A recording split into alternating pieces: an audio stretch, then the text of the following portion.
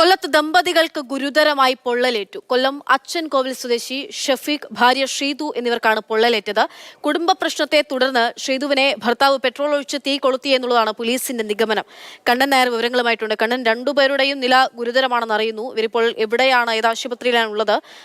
ഈ പെട്രോൾ ഒഴിച്ച് തീ കൊളുത്തി എന്നുള്ളൊരു നിഗമനത്തിലേക്ക് പോലീസ് എത്താൻ കാരണം എന്താണ്? ഇരുവരും ഇപ്പോൾ തിരുവനന്തപുരം മെഡിക്കൽ കോളേജ് ആശുപത്രിയിലാണ് ഉള്ളത്. ഇവർ സ്നേഹിച്ച് വിവാഹം കഴിച്ചവരാണ്, ഷെഫീഖും സീതുവും. ഇവർക്ക് 3 മക്കളുണ്ട്. 5, 3, 1 വയസ്സുള്ള 3 കുട്ടികളാണ് ഉള്ളത്. ഈ ഷെഫീഖ് സ്ഥിരം മദ്യപിച്ച് പ്രശ്നങ്ങൾ ഉണ്ടാക്കുന്ന ആളാണെന്ന് പറയപ്പെടുന്നു.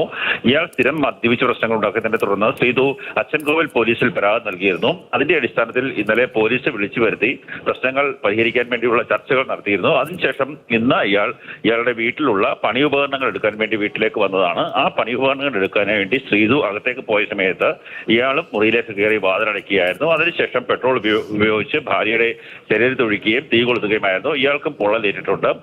നാട്ടുകാരാണ് ഉടൻ തന്നെ ഇവരെ പുല്ലൂർ ആശുപത്രിയിലേക്ക് എത്തിച്ചത്. പുല്ലൂർ താലൂക്ക് ആശുപത്രിയിൽ പരിക്ക് ഗുരുതരമായി തുടർന്ന് തിരുവനന്തപുരം മെഡിക്കൽ കോളേജ് ആശുപത്രിയിലേക്ക് കൊണ്ടുപോവുകയായിരുന്നു.